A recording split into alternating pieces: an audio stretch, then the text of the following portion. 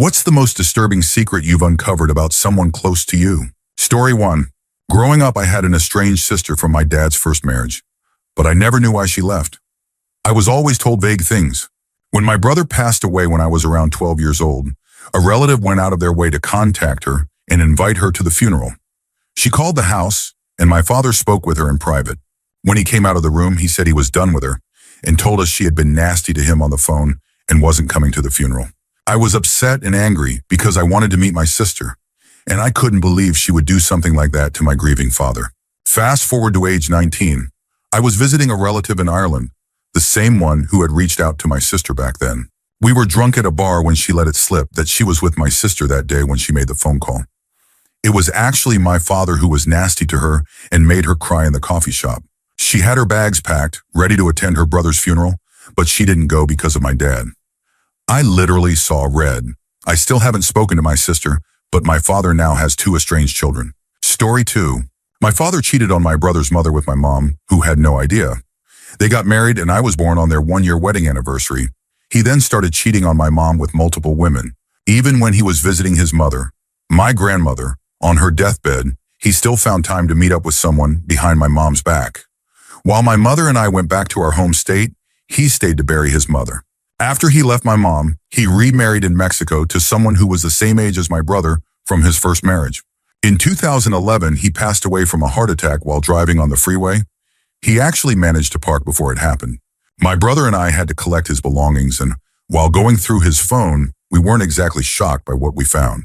As expected, he was cheating on his wife in Mexico. The names in his contacts were saved as boss, lawyer, and other fake labels. But when we checked the messages, we knew exactly what was going on. So we did him one final favor. We wiped his phone clean. This man was a player until the day he died. Scumbag? Definitely. But from what I heard, his past wasn't exactly easy either. Story 3. All right, this is going to be a long one, and a lot of context is needed, along with some ugly things I learned along the way. About 6 to 7 years ago, I was in a tough housing situation. I live in a city where rent is prohibitively expensive and housing is in high demand. I had just found out that my letting agency was renovating the place I lived in, which meant that my former flatmate, whom I hated, and I had to move out. I posted online looking for new flatmates, and this guy reached out, asking to meet up and see if we could work something out. I recognized him from anime conventions, which, let's be honest, is rarely a good start. I had chatted with him a few times, had drinks with him, and we were friends on Facebook. He had been close friends with some of my close friends. So we sat down for dinner at a Chinese place and talked. That's when he casually mentioned that he had dissociative episodes, times when he would wake up not knowing where he had been or what he had done. He even told me that once he woke up with blood on his hands and had no idea how it got there. I smiled and said something like, "Yeah, that's not ideal, man," while internally thinking, I am absolutely not moving in with this guy. Fast forward a few weeks, and several of my friends made vague references to an incident involving him at an anime convention. Nobody would go into detail, just that there was an ongoing investigation.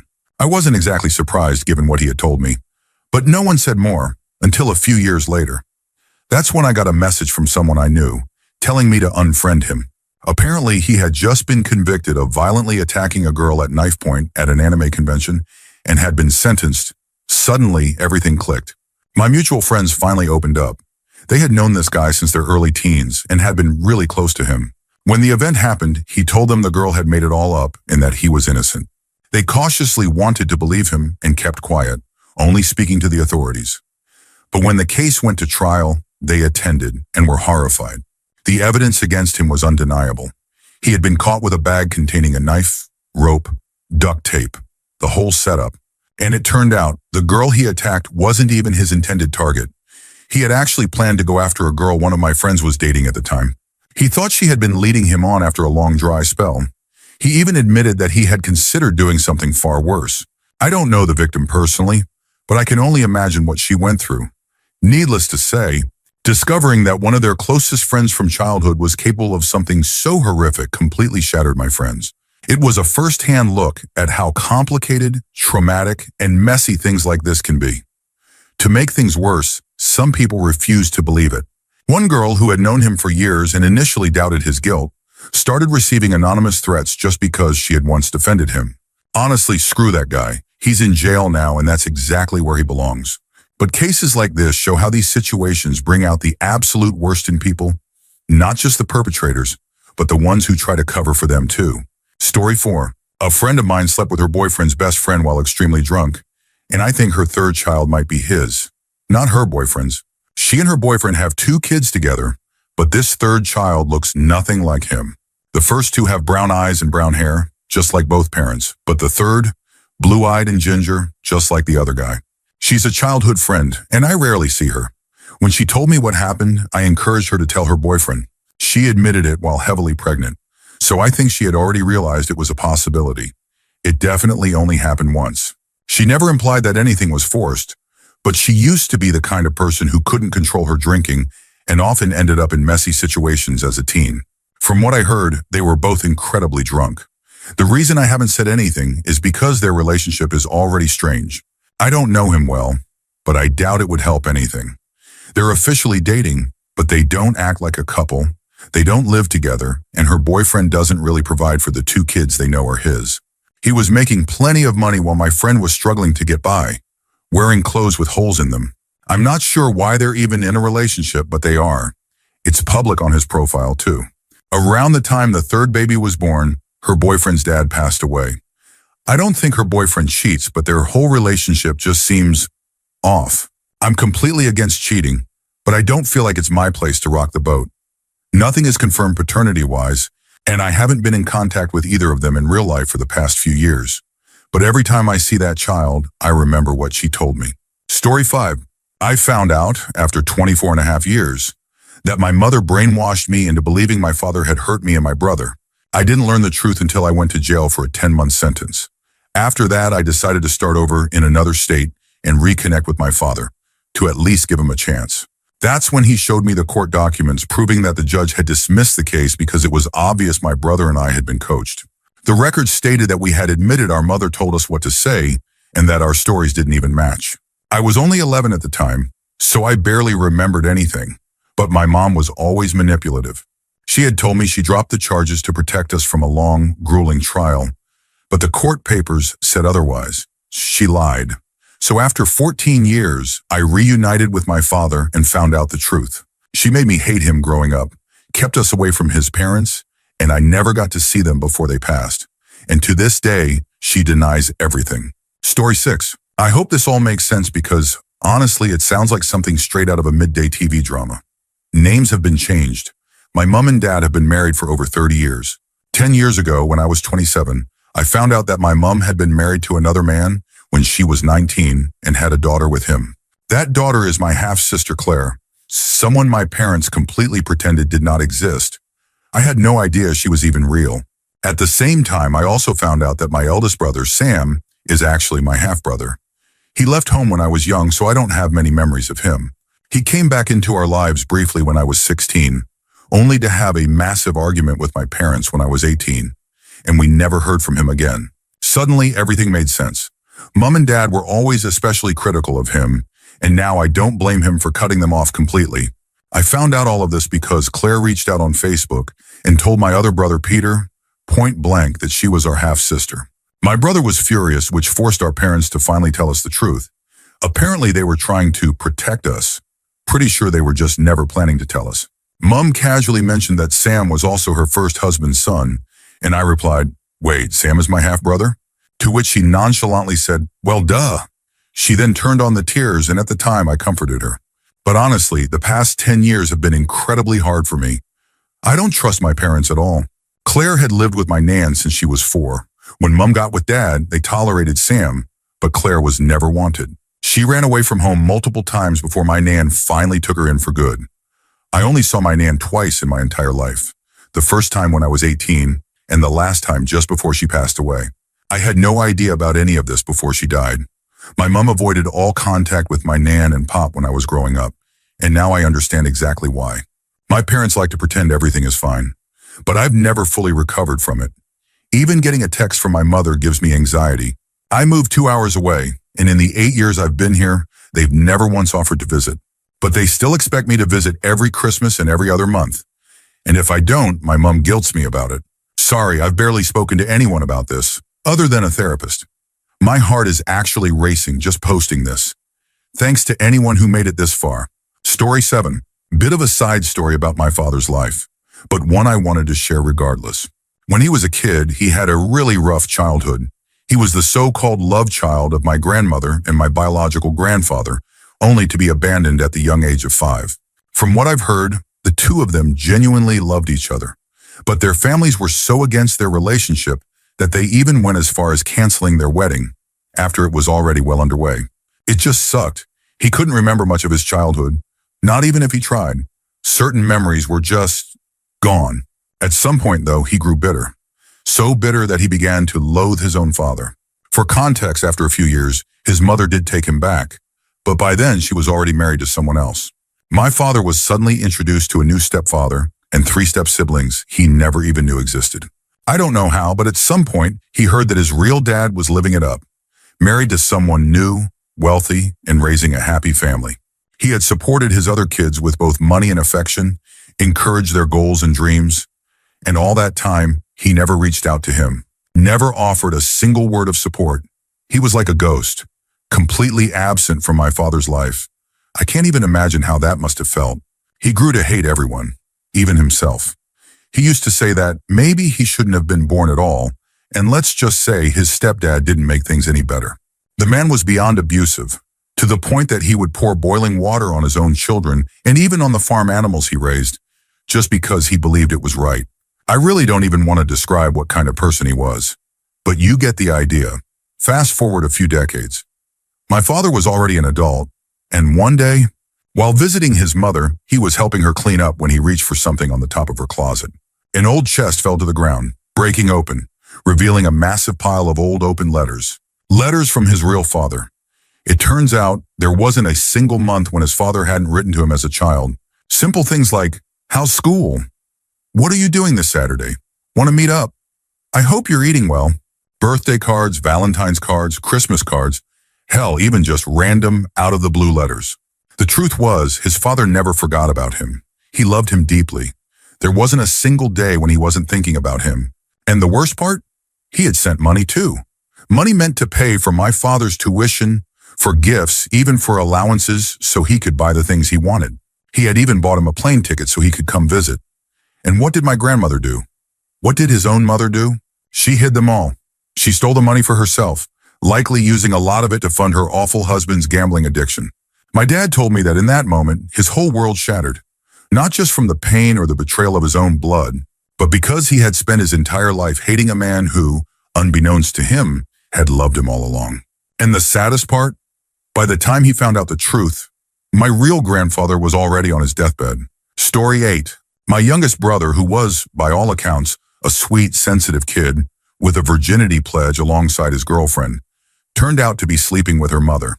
He literally called this woman mom and then ran off to marry her after his girlfriend caught them in bed. He also got kicked out of the army because his girlfriend's dad was an army chaplain, and apparently the military frowns on officers sneaking around with other men's wives, especially on base. He had even been warned about it multiple times. Most of this we didn't find out until much later. At the time, his story was that he was dropping out of high school in his senior year to live with his girlfriend's family until they were both 18 so they could get married. My parents tried everything to change his mind. They even took him to counseling until the counselor had a private session with him and told them he was genuinely worried that my brother was going to hurt them or himself. So they let him go. About a month later, he sent a letter saying he never wanted to hear from any of us ever again. A few months after that, everything really hit the fan. His girlfriend caught him in bed with her mother, and he was kicked out of the army. When we cleared out his room, since we needed the space for a new baby, we found a bunch of stuff he had apparently stolen from us, along with letters where he detailed how much he hated all of us. The only mention of me, he called me a lonely loser in one of them. The latest update we have on him? He works at Home Depot. He did marry his ex-girlfriend's mom. They moved in with her mother. He's thinking about going to electrician school, and he's bitter that my parents aren't chasing after him, despite making it very clear that he never wanted to see them again. My parents have been devastated, but they're choosing to respect his wishes. Everything we know about him now comes through mutual friends, his ex-girlfriend, and his mommy-wife's Facebook. Story 9. I spent 10 years with my ex-partner. I raised both his kids, had a baby with him. I found out 18 months after we separated that he had been having an affair with a mom from the kids' school. It had started about 2 years into our relationship and carried on for years. I messaged her privately, and she told me that from the moment we started at that school, he had told her and everyone else that I was just his live-in au pair, not his partner. So my entire community watched us live as a couple for a decade, and not one person told me he was having an affair. I worked at the school as a teacher and a counselor. Not even one of my friends ever said a word to me. That woman told me that when we publicly announced we were expecting a baby, she realized the truth and confronted him. He told her that we had just gotten together. She said he would bring the children I was raising to wonderful family picnics and outings, spend lots of money on her kids, take family photos, and even go on vacations together. So basically, he had his kids keeping the secret from me too. He also proposed to me about 4 years into the relationship in front of his kids, saying his divorce had finally come through. In reality, it hadn't. He was still married to his first wife. When I confronted him about it, he admitted everything. He told me they were still very close friends, spoke weekly, and that he was angry because she had moved to another state when we had our daughter, claiming it had broken his heart. For many years, I thought I must have been really naive and stupid. But as I got older, I realized it's normal to trust and love your partner, especially when they're super close with your dad, uncles, and brothers. Some people are just liars and cheaters, and they do this to anyone. Story 10. My cousins moved in with me, my mom, my brother, and my sister when I was 14 or 15. First, one cousin came, then the second, and then their stepsister because their dad was a waste of space who married an abusive man. Eventually, the stepsister left on her own, and then the first cousin followed because of how she treated her sister. Guess the apple doesn't fall far from the tree. We moved after that, and I ended up sharing a room with my second cousin, who I considered a sister. My mom eventually met a man, C, after spending over 10 years focusing on us. He was fun, always around, came to my plays, and was accepted by all of us. As he, C, and I had a bunk bed, bottom double, top single, which was mine. She would often go stay at her mom's overnight, even though her mom was a raging alcoholic. We thought it was weird, but it was still her mother. Whenever she was away, I would sleep in her bed because it was a double. I had never had a double bed before, so I used it whenever I could. One night, when she was away, I noticed the pillow was stuffed with something. I reached inside and pulled out a belt. The pillow was still lumpy, so I kept searching and found a shirt. It was undoubtedly C's. She wrote everything in her diary, and I knew that's where I'd find my answers. So, I read it. After everything my mom had done for her, giving her a new start in the hope of a promising future, I found out she had been sleeping with C for months. She was 17. He was 41. That was about 14 years ago. They were together for a long time. But I recently found out she's now single and devastated after a betrayal. Apparently, C isn't single. My guess? Karma came knocking. Story 11. My older brother got together with my best friend when she was 16 and he was 19. She liked him too and later told me she had wanted to tell me but was afraid I wouldn't support it. I was a bit uncomfortable with the idea, but I supported them because they were both somewhat lonely and had similar interests. Plus, I figured I couldn't stop them from liking each other, so it was their choice. Over time, I started noticing little lies from her, things about her interests and personality that didn't quite add up. She'd say things like, "Oh, I love kickboxing and boxing," but when my best friend and I invited her to join, she wouldn't because she didn't like sweating. It was odd, but I brushed it off, thinking maybe she had just found a new interest and was trying to fit in. They were together for about 3 months before she suddenly called me, saying she wanted to break up with him because her parents didn't like him. I told her that ultimately it was her decision, not just theirs. She called back later crying, saying she had cut it off and was proud of herself. I felt awkward and unsure what to say because I knew my brother would be crushed. He always talked about her like she was his whole world. I supported her again, but reminded her to always trust her own judgment. Later, I saw the texts she had sent him, and they were brutal. She had broken up with him through messages, saying things like, "Our relationship wasn't even surface level. You weren't that interesting. And from the beginning, I honestly didn't think we were ever going to work." This was after she had initiated their first kiss barely a week into talking, at least according to him. My brother was devastated. It was the first time I ever had to comfort him as his little sister because he had never really confided in me before. I didn't like how she had suddenly cut him off so coldly. Then just a few days later at the mall, she made a joke about getting with someone's dad because her mom mentioned he was rich. Her older brother immediately shut her down saying, Time and place, that's not funny. After that, she started becoming distant, and I began noticing changes in her and her family. Her baby cousin started acting weird and snooty around me. Her mom's tone became fake, ending conversations with a dismissive, "Love you, bye," while walking off before I could respond. Even her dad started treating me differently, calling me disrespectful just because I asked if she could hang out with us outside of her house. That summer, my best friend and I got into a small argument with her about how she ignored our texts and calls, but would only respond when she needed something to keep her occupied. Instead of talking it out, she ghosted both of us and blocked us out of nowhere. Then her mom started posting fake friend quotes on social media, tagging her with captions like, "I love you, baby. Friends are temporary, but family is forever." It was wild. Throughout our 6 years of friendship, I had never spoken badly about her. I had always encouraged her, supported her, and genuinely wished her the best. After my dad passed, her family had even comforted me, telling me I was like a second family to them and could always come to them for anything. A year later, she finally reached out, and that's when I found out the truth. My brother had been trying to isolate her. He told her she wasn't his type, that if he had just seen her, he wouldn't have gone for her. He apparently called her average, said her family was controlling, and convinced her that he was the only one she could trust. He even told her that I talked down on her almost every day and that I had encouraged her to cut me off. It's insane to think that my own brother went to such extremes to ruin my friendship just so he could have her. Story 12. In university, I was part of a pretty close group of friends. We had regular gatherings and held evening dinners every Friday. The idea was to create an intentional community where we supported each other and those around us. Some members were beginner activists, heavily involved in local issues related to race and LGBTQ discrimination.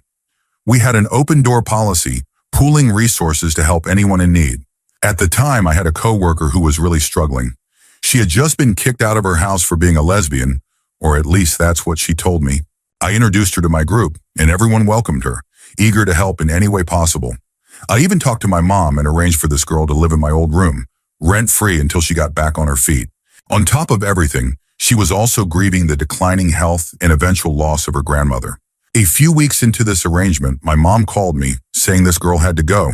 Something wasn't right. This caused a massive uproar in the friend group.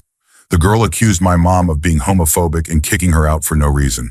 The group sided with her, and I was essentially pushed out, staying in contact with only a few people who weren't buying her story because they knew my mom and sensed something was off. When I traveled home, I was shocked. My old room was completely trashed. This girl lived in absolute filth, garbage bags full of trash everywhere. Instead of washing dishes, she had been throwing them away after using them. But even worse, she had a drug problem and was a severe alcoholic, to the point that she had been verbally abusing my mom. Despite her begging to stay, we gave her until the end of the month to leave. My grandfather and someone from the group helped her move her things out. The place was left in a monstrous state, so I came by to help clean. While doing so, I found several checks in the name of her sick grandmother, checks she had been using to buy herself expensive art supplies. We contacted her family and learned the truth.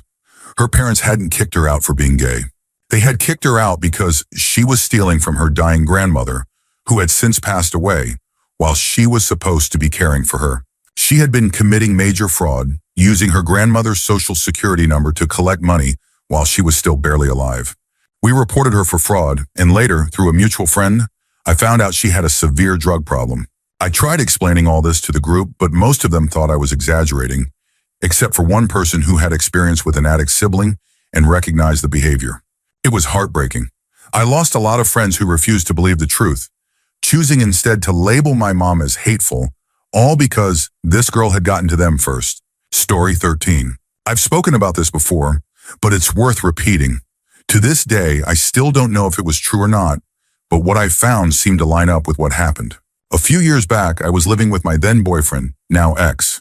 The relationship was far from great. He was clearly struggling with his mental health, but refused to seek help. As a result, he was emotionally abusive and neglectful toward me. One night, we were talking about nothing in particular when he suddenly decided to open up to me. Part of me thinks this was a manipulation tactic, but I'm not so sure anymore. He vaguely admitted to killing someone for surely assaulting his sister. I can understand why someone would do that, but I had no way of knowing if it was true. What I did know was that he was aware I was afraid of him. He had threatened to hit me before. So, knowing this only intensified my fear. One day while he was at work, I went onto his computer to look for a game to transfer to mine via LAN cable since we didn't have internet access.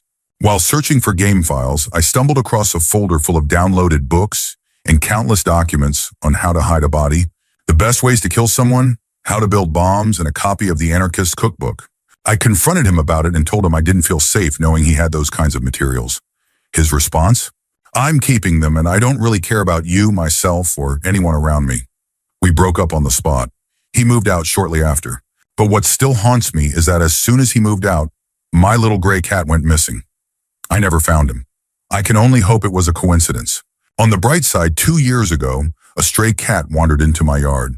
I gave him a piece of steak, and he's never left my side since.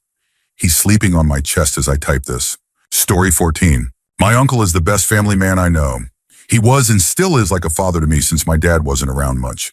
He's also one of the funniest people I've ever met. He's amazing with the kids in the family. He even learned how to play Minecraft at 60 just to spend more time with his nephew, and he ended up getting super into it himself. My mother considers him the best brother she could ever have, but it turns out his past couldn't be further from who he is today. As teenagers, he used to torment my mother. At 17, he was arrested for a gang-related violent crime and was disowned by his family. In prison, he was disfigured after being jumped and beaten by a racial gang. After his release, he lived with a biker gang, and for 20 years, my family didn't even know if he was alive or dead. He went back to prison again, this time for manslaughter. Eventually, he met his wife and wanted to leave that life behind, but he was constantly harassed by old connections and coerced into doing things he deeply regrets. Things I don't think I should even mention. It wasn't until the Hells Angels rolled through and wiped out all the gangs in the area that he was finally free from that world. Nobody except the older generation of our family knows about this, and even most of them don't know the worst of it. Growing up, I only knew him as the bubbliest, most caring uncle. It wasn't until my 20s that I found out the truth. From what I've gathered from him and my mother, family became the most important thing to him. He carries deep guilt for the way he treated my mother, his little sister, and now he's an incredibly protective and loving brother. I honestly couldn't ask for a better man in my life. He may have been one of the worst people back then, but today he's the best man I know. Story 15. I knew an older Croatian man who was locally known as a saint. He had helped so many immigrant families who came to Canada, teaching them English, giving them a place to stay, and helping them find jobs. He was a wealthy man who lived alone. No wife, no children. He was in love with my grandma, and she was the one who told me the truth about how he got his wealth. He had been an assassin for the Ustashi, the Croatian extremist army that was influenced by the Nazis. He hadn't joined by choice. Back then, you didn't have a choice. One day, he and his best friend stumbled upon a hoard of Nazi gold. They stole as much as they could and had to literally kill their way out of Europe. They escaped to Canada, selling the gold for nearly $100,000 each, roughly $2 million in today's money. A few years later, his friend passed away and left everything to him. From that moment on, he dedicated his life to helping his people get established in the New World. Maybe it was a way to atone for the horrible things he had done. He never once returned to Croatia. When he passed, his funeral was already paid for, and it was incredibly simple. But the number of people who showed up was unbelievable. Hundreds of families he had helped came to pay their respects. He really did spend the rest of his life making up for his past. An incredible man, but with a past so dark it's almost hard to comprehend. I think deep down, my grandma may have shared feelings for him too, but she was married to another man and remained loyal to him, even after my grandpa passed in the 70s. Story 16. My parents used to live in a rural community until a few months ago, a place where the closest neighbor's house was at least 500 meters, about 1,600 feet, away, often even farther. But despite the distance, almost everyone knew each other. There was an elderly couple who lived 3 houses down from my parents. They were kind, always helping others. The wife could always be seen tending to their garden, and the husband was known for using his truck to help neighbors, giving rides to those without a vehicle to the bus stop 13 kilometers, about 9 miles away. He even used to drive my little sister, who was 13 at the time, whenever she needed a lift. Then one day they just vanished. For almost a month, their house sat eerily still. The garden went untended. The old man's truck remained parked in its usual spot, and their cats started showing up at neighbors' houses, clearly unfed. Concerns started spreading, and after 2 weeks, a group of neighbors finally went to the police, fearing the worst. But the police quickly dismissed them, saying the couple had been in a serious accident and were recovering in the hospital. No one was allowed to visit. Then after about a month, they suddenly returned. But things were different. The husband was now in a wheelchair, barely able to speak. The wife had scars all over her face and neck. Anytime someone asked about the accident, she'd change the subject.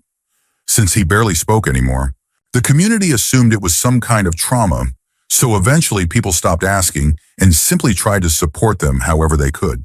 Their daily routine changed. Every day she would push him around in his wheelchair along the main road, stopping to chat with neighbors. She remained as kind as ever, while he sat silently, his eyes holding a strange, distant gentleness. Then about a year and a half after they returned, he passed away. A few months later, she died too. It wasn't until their son arrived to take charge of the property that the truth about their accident came out. That day, the old man, who had been a retired Navy officer, had suffered a senile episode and stabbed his wife 16 times with a kitchen knife. Just as he was about to strike what could have been the fatal blow, he collapsed, breaking his hip. She crawled bleeding through the house and somehow managed to reach the phone to call their son. He told us he drove fast as the devil to get to them, then rushed both of them to the hospital. Miraculously, the wounds hadn't been too deep. Her husband had grown weaker with age, so she survived. What shocked us most was that she never harbored any hatred or fear toward him. She kept the truth a secret from everyone because she didn't want him to be shunned or treated differently. The reason he barely spoke after returning was that he had never mentally recovered from his breakdown. He genuinely believed everyone around him was a spy, someone to be stabbed. Even after learning the truth, we struggled to understand why their son allowed them to live alone again. And even more so, we found it almost impossible to reconcile the violent reality of what had happened with the image of the kind, gentle couple we had known. Story 17. When I was 27, my best friend went to prison for causing death by dangerous driving. He had no prior criminal record, showed full remorse, and behaved well inside, so he only served around 15 months of a 2-year sentence. I was lucky enough to visit him 3 or 4 times during his sentence. He was in a prison about 3 hours south of our hometown in southwest England, and I'd get a lift down with his fiancée. Visiting slots were limited, so I was grateful for the time we had. On our drives down, his fiancée and I would make small talk. I always got along fine with her, though it's worth mentioning that some people, including my girlfriend at the time, and a few of my best mates' other friends, had a poor opinion of her. One thing I noticed on every trip was how much she pushed the idea that she loved him. She would go on and on about how she couldn't wait for him to get out, how she'd wait for him no matter how long it took. I was relieved to hear it. He had just lost his mom while inside. The last thing he needed was an unfaithful fiancée. There had already been rumors before he went to prison that she was cheating. Neither of us believed it. It didn't seem possible. Before his sentence, he was either at work or home with her. When would she have had the time? The last time we visited him together, about 3 months before his release, we stopped halfway down for a break. She got out to grab some snacks and use the restroom. She left her phone face up on the seat. It dinged. A message flashed on the screen. I can't wait to view again this. I only saw the beginning of the message, but that was enough. I had to sit in the prison visiting hall, watching my best friend and his fiancée talk about how excited they were to get married once he got out, all while knowing she was screwing someone else. I couldn't tell him, not while he was in prison, grieving his mom. I was terrified it would push him over the edge, but he found out soon enough. 2 weeks before their wedding, she left him. They lost the £5,000 deposit they had put down for the wedding. Turned out she had been sleeping with her manager at work since the day my mate went inside, maybe even longer. Story 18. I wouldn't say he was someone very close to me, but I used to go to festivals a lot, always with the same group. Close friends, friends of friends, and often new people. One of the guys in that group I only ever saw at festivals, but I saw him a lot, maybe 15 times a year. We always got along great, talked a lot at parties and just vibed, but outside of festivals, I never had the urge to grab a drink with him or hang out. We were friendly, but I wouldn't necessarily call us friends. Then one day someone from our group dropped a news article in our WhatsApp chat. It had a name we didn't recognize and a blurred picture of someone who looked an awful lot like him. Apparently, he had died in an accident by driving his car straight into an oncoming truck. At first, we were confused. None of us recognized the name in the article. Later, we realized the media had used his full name, while we had always called him by a shortened version. The more we looked at the photo, the more we were sure it was him, but none of his closer friends were in our group, so we had no way to get more details. That same day, more news broke. It wasn't an accident. It was suicide. He had driven into that truck on purpose because he was being chased by the police. And the reason he was being chased? He was a major suspect in a pedophile trafficking ring. Then the most disturbing part came out. He had been caught on camera in an Eastern European country, fleeing the scene of a murder. We were in shock. He had seemed like such a normal, friendly guy. I had shaken hands with him. We had hugged. In the days that followed, even more disturbing news surfaced. He wasn't just involved, he was deep into it. The details of what he had done to children were horrifying. Things you don't even want to imagine. It's been years, but I still feel sick when I think about it. I spent so much time laughing and partying with someone who, in secret, was doing things beyond disgusting. I had no idea who I was really standing next to. Story 19. At my previous job, my old boss was a nice woman, bit of a drinker. She knew I'd been through some horrendous incidents with my ex-husband, so maybe she felt comfortable opening up to me. One evening, after having too much alcohol in her coffee cup, she decided to spill her deepest, darkest secret. A year or so before, she had taken time off work, supposedly for a ruptured ovarian cyst. That was a lie. What really happened was that her ex had raped her. He strangled her with her own dressing gown cord until she passed out. She became pregnant as a result. She was a tiny woman and didn't show. She didn't tell anyone. Then at around 7.5 months, she went into labor and gave birth to a boy who looked exactly like his father. She said she absolutely could not be that boy's parent, so she gave him up for adoption. She faked the ruptured cyst as an excuse for her time off work. Her ex, the rapist, knows nothing about the child. She's convinced that if he ever found out, he'd kill her and go looking for the boy. She said the adoption was closed, but once the child turns 18, he'll have the legal right to search for his birth parents. That was part of the contract. She lives in fear of that day. What she told me horrified me to my core. I didn't know what to say, what to do with the information. And the next day, she either didn't remember telling me or pretended she did. I left that job not long after, but I still see her from time to time. She's in a long-term relationship with her current partner, and I've overheard people ask her, "So when are you settling down and starting a family?" Or, "You don't have any kids yet?" Every time I see her flinch, my heart breaks for her. Story 20. How my grandmother died. My mom was raised by her grandparents, and the story my family always told me and my siblings was that in the 80s, her mom worked with the police and died as a result of a robbery gone wrong. They tried to take her car and purse, and inside her purse were work-related items. I was told it was something like a badge, and they killed her when they found it. I'm in my late 20s, and this is the story I've always been told. To be honest, I never questioned it or inquired further because my mom is still deeply affected by it, as she was very young when it happened. Well, my great-grandparents passed away some years ago, and I guess no one ever wanted to talk about it again. I was still hesitant to ask my mom about it, but for a while I've been curious.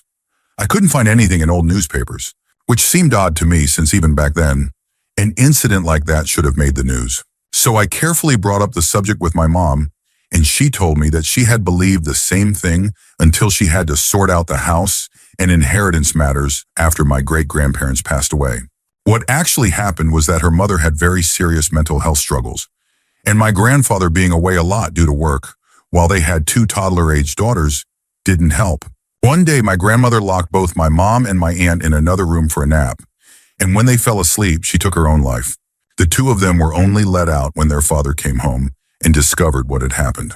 It was never reported in the news because, well, it was the 80s, and no one wanted to talk about mental health struggles. The family kept it quiet. Since my aunt was from my grandmother's first marriage, she went to live with her biological father, while my mom stayed with my grandfather, who later passed away from alcohol poisoning. I only found out about this because my mom and her sister are trying to reconnect after years of being distant. My aunt told my mom that some days she just wants to give up like mom did. That was a difficult conversation. Story 21. Last year I worked at a restaurant as a server, food runner, and in takeout. The job was only a few minutes from my place. I was the youngest person there and clearly didn't fit in since most of my coworkers had been there longer. I was able to make a few work friends and exchange Snapchats with some of them, but I got really close to a struggling single mom. Her husband had cheated on her and she had lost her son a few years earlier. She was reserved but kind. I won't lie, I had a little crush on her.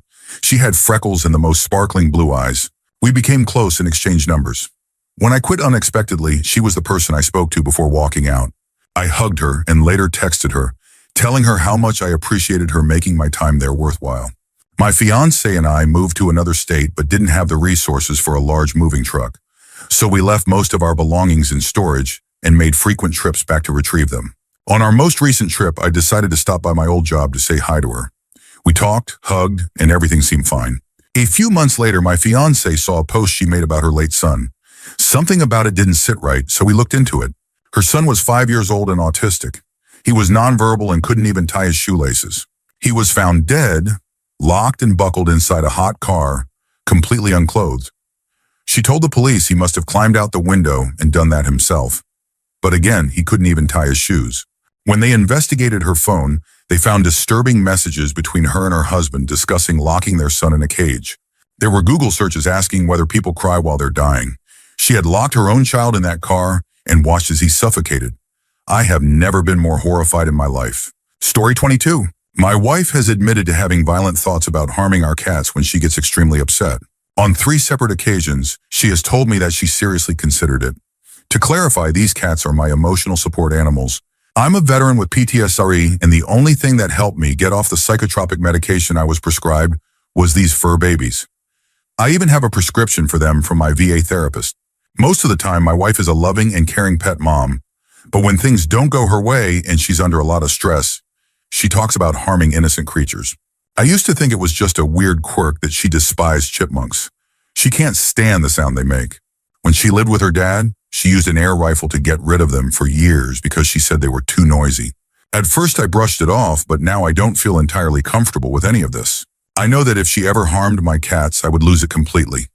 No matter how much I care about her, nothing would stop me from retaliating in some way. I despise violence, but I believe that no one should harm innocent beings. I can't talk to anyone in my family or among my friends about this because I know they would never trust my wife around their children, and every single one of them would call me an idiot for staying with her. Story 23. My best friend, whom I had known since we were 3 years old, attempted to assault a girl I was seeing when we were both 19. It happened during a New Year's party hosted by a friend of mine. It was around 2 to 3 a.m. and both of us were drunk. My cousin, who was completely wasted, asked me to take him home, which was only 5 houses down. I asked the girl if she wanted to come with me, but she said she'd stay since her best friend was there, and they were playing drinking games with my group of friends. I don't know what happened, but I passed out in my living room and didn't wake up until the next day. When I went back to my friend's house to pick her up, she told me she had fun, blacked out, and fell asleep with her best friend and some others. It wasn't until last year, 12 years later, that an old friend from that group brought up that night. He asked if the girl had ever told me what happened. Confused, I said no. That's when he told me that around 5 a.m., everyone had passed out. He woke up around 6 to use the bathroom and found my best friend pulling his pants down while on top of the unconscious girl I was seeing. Her pants and underwear were down. My friend confronted him, kicked him out, covered the girl up, and woke her best friend to tell her what had happened. I don't know why he didn't tell me back then, but shortly after that night, the girl cut things off with me, saying she didn't think it would work. After finding this out, I immediately reached out to her and apologized. I cut ties with my best friend and haven't spoken to him since. When I reached out to his ex-girlfriends and mutual female friends, I discovered he had attempted to assault a total of 9 women between the ages of 15 and 24. Story 24. One day I learned from my mother that my aunt had been a member of the Brigade Ross Red Brigades, a left-wing terrorist organization that terrorized Italy in the 70s and 80s.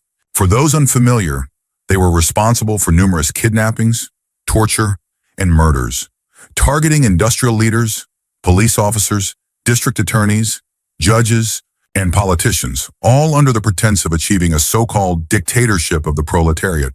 In 1978, they kidnapped and assassinated Italy's Prime Minister, Aldo Moro. My mother told me that my aunt was actually present at the meeting where they decided to carry out that attack. Later, I learned that my aunt was arrested, though I don't know the exact charge.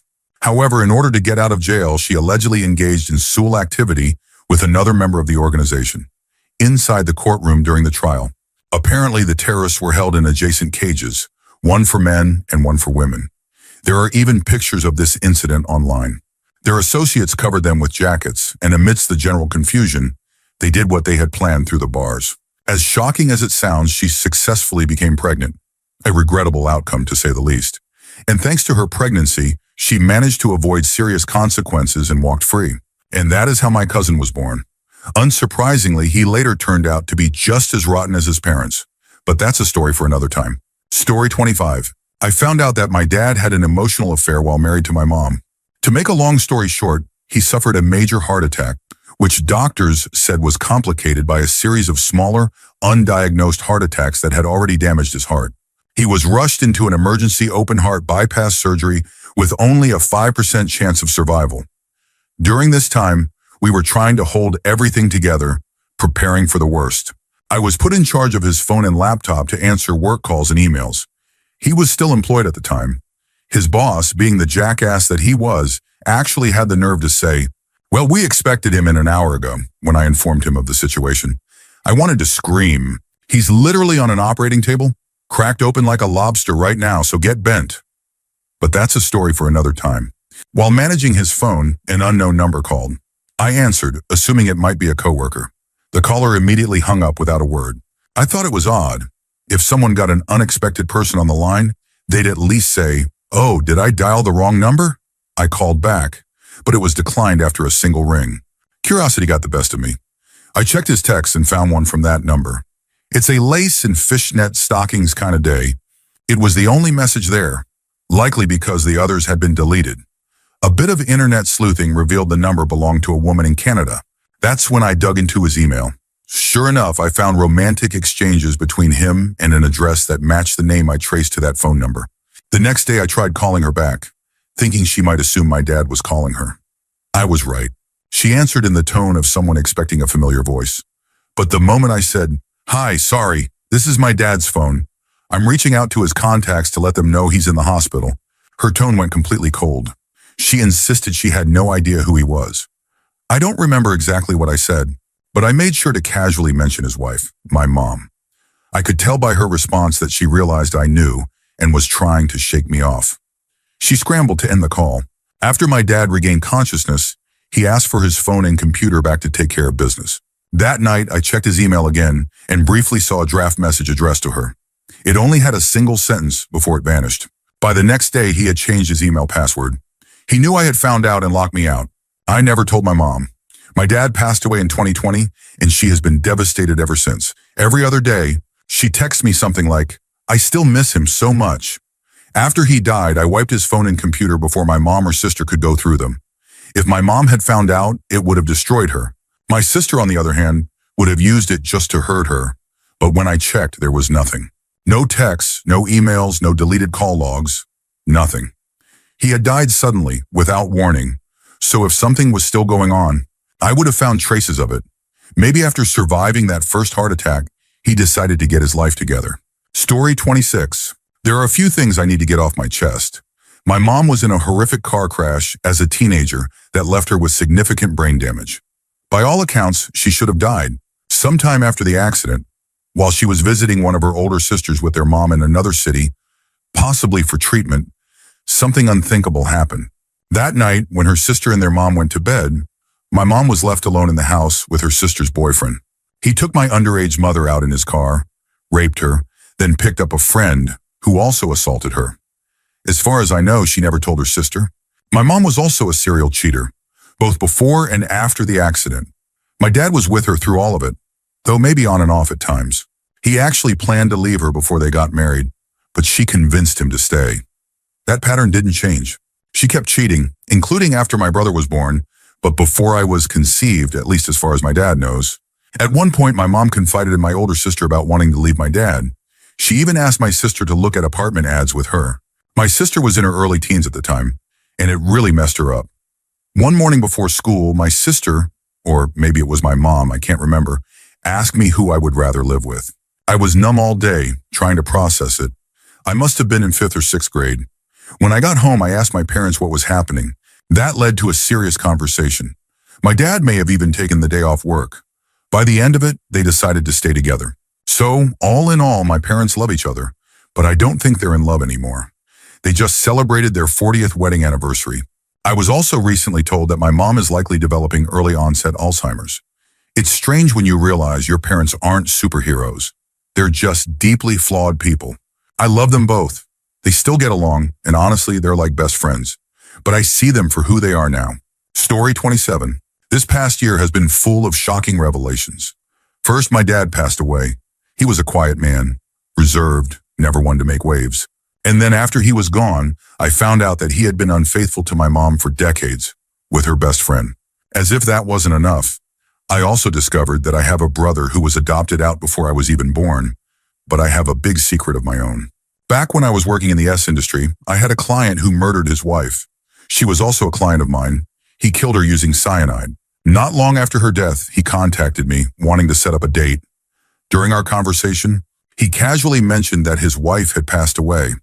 The moment I heard it, I knew he was responsible. Shortly after, the police reached out to me because my contact details had been found in their investigation. I met with a detective over coffee, and together we devised a plan where I would try to gather information that could lead to his arrest. Looking back, it was absolute madness to get involved. He was an evil human being, but before justice could truly catch up to him, he died from pancreatic cancer. His wife had been a lost soul. Both of them drank way too much, and as if taking her life wasn't enough, he also had her two beloved purebred dogs put down. Hey were beautiful, well-cared-for animals, and he had them destroyed simply because they were hers. The whole situation was so surreal that it even ended up on TV. They blurred my face and altered my voice in the broadcast. To this day, it still feels unreal that I went through all of that. Story 28. He wasn't a close friend, but he was close enough for me to witness the fallout. I never let myself get too close to him because he always came off as selfish and honestly, kind of a jerk. But my entire friend group at the time was super close to him. We had all been friends since middle school until everything unraveled when I was a junior in high school. His stepsister, who was in the same grade as him, started speaking out, saying that he, let's call him Charlie, had groped her. My friends listened to everything she said and started questioning him about it. His story was something along the lines of, we were 6 and I put my hand up her shirt. He brushed it off saying, we were just kids. I didn't know any better. His stepsister had struggled with mental health issues and he used that to discredit her. Then things escalated. One of her friends showed up at another friend's house one night, banging on his window, screaming about how he was supporting a predator. We ignored it at the time. I wasn't sure what to believe, but I had already started distancing myself from them because of their increasing drug use. Fast forward a few months. One of my closest friends, let's call him Jake, let Charlie crash at his house for the weekend. They were like brothers, inseparable, and Jake was one of the most well-liked people in our group. That night, Charlie passed out on the couch while Jake was using his phone to sell drugs. While scrolling through contacts, Jake stumbled upon something sickening. It was a video of Charlie running down the hallway of his house, setting up his phone in an angle that overlooked the bathroom. Moments later, his stepsister walked in, stripped naked, and started showering. There were rumors about what else he might have found. Some said there were multiple videos of her. Others said he had even filmed himself inside the bathroom with her, still without her knowledge. But none of these were told to me directly by Jake. Jake panicked. He had no idea what to do. So he went to another trusted friend. Let's call him Chris. Chris and Jake were two of the most respected people in our friend group, but even they didn't know how to handle something this heavy. Instead of taking action, they sat on this information for over a month. Eventually, word got out, and when it did, all hell broke loose. Within hours, everyone knew. His girlfriend, his family, his stepbrother, who was also in our group. His stepbrother beat the absolute hell out of him, stole his Xbox, and left him bloody. His entire friend group turned against him. And that was the breaking point. The incident completely fractured our friend group. Everyone went their separate ways. Jake, who already had abandonment issues from losing his father at a young age, was destroyed by the betrayal. He spiraled into drinking and drug use, but this time, mostly alone. Chris reacted similarly, but then did a complete 180 and became almost unrecognizable in personality. As for Charlie, his girlfriend beat him up too, but for some reason, she stayed with him. To this day, she denies anything ever happened. He tried reaching out to some of the guys in the group over the years, but their responses were always short. One night, Jake got really high and showed up at Charlie's window, asking if they could hang out like old times. And they did. His stepsister, however, refused to let it be swept under the rug. She told her parents. Instead of supporting her, they told her to stay quiet because speaking out would ruin the family. She fought for justice, pushing for a lawsuit or some form of punishment, but nothing happened beyond a slap on the wrist. She went to the school. The school called the police. She submitted an apology letter that Charlie had written her. But the letter wasn't an apology at all. It was manipulative, saying, "I'm sorry. Look at what you did. I'm going to kill myself because you spoke out. I'm sorry." The police took the letter as evidence, and statements were taken from people in our friend group. But I have no idea what came of it. Charlie was removed from the home for a while, but not long after he moved back in. Now he runs with an even worse crowd than before. This new group is full of people even more reckless than we were. One of his new friends stabbed his girlfriend during a drug-fueled fight. Another has multiple allegations of sexual assault. And you know what? I think Charlie feels more at home with them than he ever did with us. He doesn't have to hide who he is anymore. They accept him, or maybe they're just all the kind of people who justify everything they do. Did he get what he deserved? Absolutely not. And that's exactly why I chose to share this story. Out of all the horrible people I've known, because no matter what he did, no matter how serious the crime, people forgot. They made a big deal out of it for a little while, then moved on. Meanwhile, his stepsister lives with severe anxiety and paranoia. She gets bullied for speaking out, and she's the one who will be haunted by this for the rest of her life. Story 29. My grandparents had 4 children, but one was disowned. The other 3 remained in good standing with the family. Before my grandmother passed away, she appointed her son-in-law as her power of attorney. While she was in hospice, he changed her will. Now, I'm not going to say she was wealthy, but she had life insurance from my grandfather, a substantial settlement from his death due to mesothelioma, and she had won a few lawsuits over slip-and-fall incidents. Altogether, she likely had around $700,000 in liquid assets. After she passed, those of us who didn't live nearby came to help sort out her belongings. My father, uncle, teenage cousin, and I, also a teenager at the time, worked to clean out her place and handle everything. When the will was read, my father and uncle were each left $30,000. The grandchildren from those 2 received just $1,000 each. Meanwhile, the uncle by marriage, who had been granted power of attorney and was also the executor, somehow had his 14-year-old kid driving a brand new car and their house completely paid off. Beyond the financial distribution, valuable items, both monetary and sentimental, were taken by that side of the family. My aunt, uncle, and their kids walked away with everything. I have no idea if my cousins from that branch of the family knew what happened, but I haven't spoken to any of them in over 25 years. I might have been more willing to forgive and forget, but they always treated me and my cousins terribly anyway.